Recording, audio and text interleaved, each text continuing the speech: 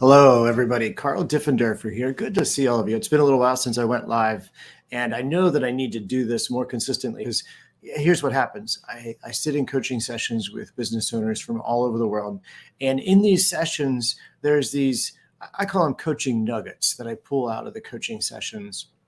And today I have a really valuable one to share with you because let's be real, this time of year can be a little stressful at times. And the reason for that is because, honestly, we have things that constantly are pulling from our business. And then we have family get-togethers and buying gifts for the kids and all that stuff. And so today I want to talk to you a little bit about cash flow in your business.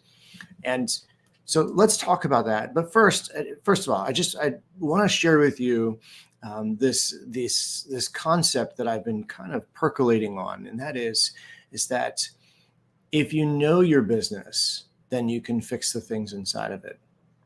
This coaching session that I had this week, what came out of it was the fact that the client didn't know their cash flow, where things were at. They didn't know many different pieces about their cash. And what that did was it actually made a problem for them to be able to fix this cash flow issue.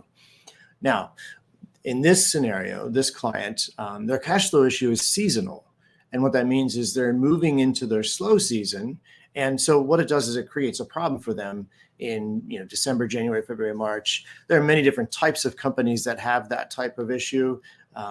Anything from even excavation companies, anybody that's doing lawn mowing companies, they all have seasonal work. And so throughout the year, it's almost like they're squirrels. They're storing up all the nuts they can for the end of the year, and then they slowly pull from those nuts. That's in essence what they have to do. So the only way to start to fix this, though, is to know it. And that was the first key that we pulled out of the coaching session this week. You have to know your cash flow in order to fix it. Now, the other part of it is that you need to work on your business to get control. And a lot of business owners don't do this. They struggle through. And by the way, this is what coaching does. We help you with holding you accountable into the 1% increments that create the massive success that you're after in your business.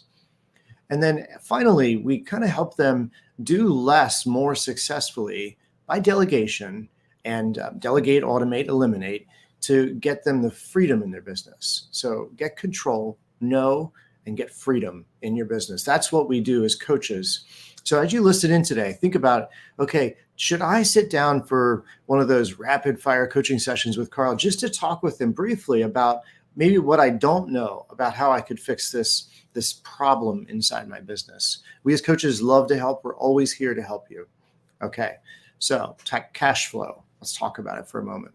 It's not especially a fun topic, but it's a very real topic because if you don't have enough cash in the bank, you're going to have problems. And unfortunately, it happens to a lot of people. I've had it happen to me in my business. We all have it happen. So the first thing to look at is, okay, what's actually going on? In this case, as I met with this client this week, one of the things we realized was that the estimates were slow. Estimates being slow is a big problem. So do you have to ramp up your sales and marketing efforts right now to increase the cash flow through the sales that you're making? That might be it. Now, what this does for business owners is it creates problems running payroll, scraping the bottom of the barrel. They need more customers. They don't know how to get them. And then, well, here we are at Christmas time and you got to buy a whole bunch of gifts and there's all this extra cash going out. So your first step is know your numbers. And you do that by actually taking some time to sit down and look at two key reports inside your business, your P&L and your balance sheet. Now, there's a whole bunch of other ones you could look at. Obviously, looking at your metrics, your sales quotes. Another one that's really key is your outstanding invoices. How much do you have in outstanding invoices? Well, you're being a bank to somebody by them not paying you. And in essence, you should be collecting that money because it's money that's owed to you, that's profit to go in your pocket. At this point, you've probably already paid the expenses associated with that project or whatever it was. Okay, so take some time to get to know your numbers. Let me ask you, how do you expect to be $1 million company, $100 million company, $1 billion company without knowing your numbers. A lot of business owners, I don't know, that it's kind of it makes me scratch my head. It's mind boggling. Why don't we know our numbers? I spend time on my numbers every month, looking at every little piece of it. Do I spend a ton of time on it? No, but I spend enough time to know where I'm at. All right, so I want to share with you 5 keys that you can look at that will help you to understand how to manage your cash flow and what you should be looking at to actually fix cash flow problems. Now, 2 of them are a little bit redundant, but I think they're worth stating. But the first 3 are the most valuable. Number 1 is this. And this is, by the way, this is not rocket science, okay? You're going to say, duh, I know that, Carl. Yes, I know. It's okay. Number 1, decrease expenses. Now, I can't tell you how many business owners I meet that have software that they're paying for that they don't use, or other types of things. Maybe they're overpaying vendors. It doesn't matter. Whatever it is, look at your expenses and say, okay, do I really need to have this expense? Number 2, increase your revenue. Add more clients. Now, take note. This one, you have to work sometimes twice, 3 times, maybe even 4 times as hard to create profitability as you do from decreasing expenses. And also the third one that I'm going to share here in a moment. Increasing revenue doesn't always fix your problem.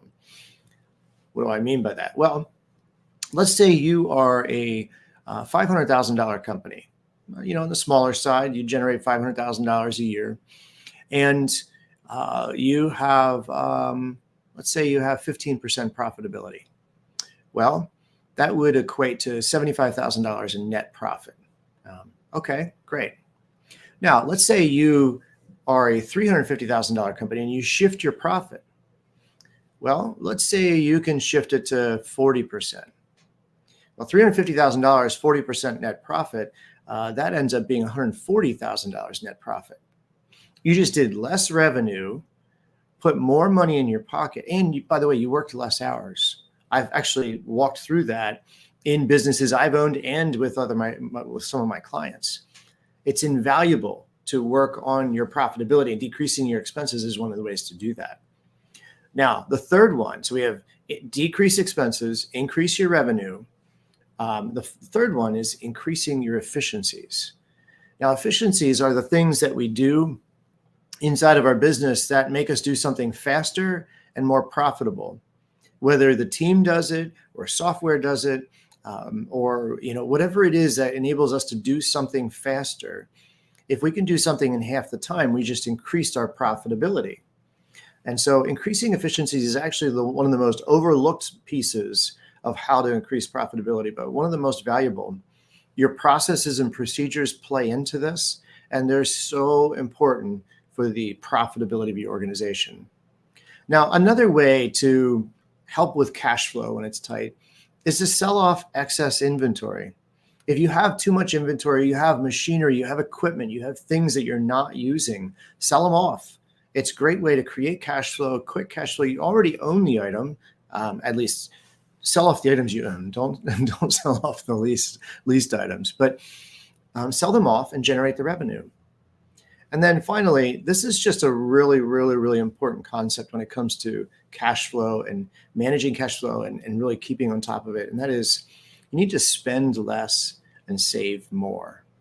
And so as business owners, sometimes we get into spending mode. I'm going to buy this, I'm going to do that. And it's all for the growth of the company, but it may not actually be good for the company for us to do that.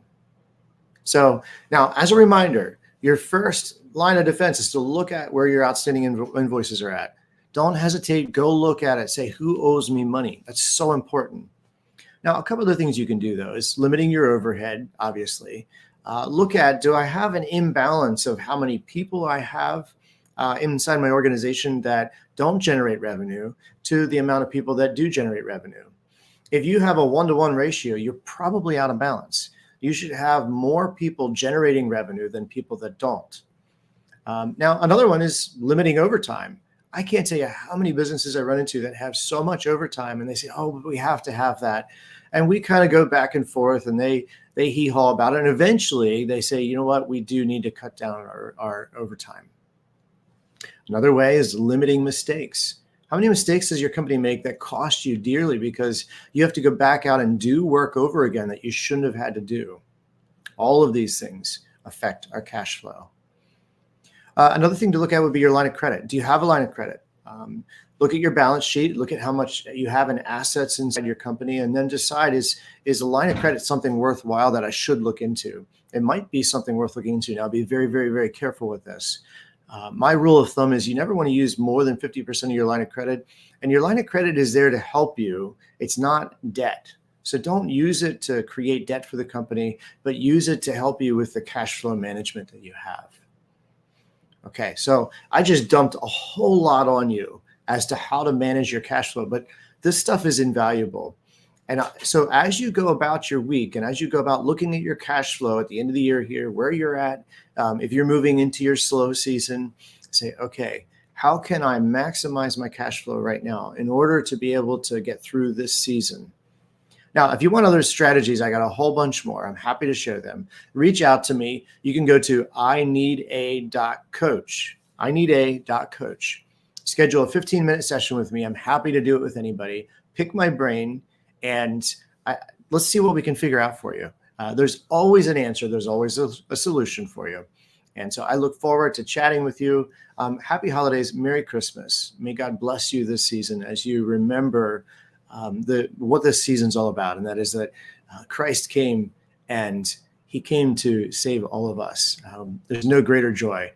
And so I hope you have a Merry Christmas, Happy Holiday, and I will talk to you real soon. Take care.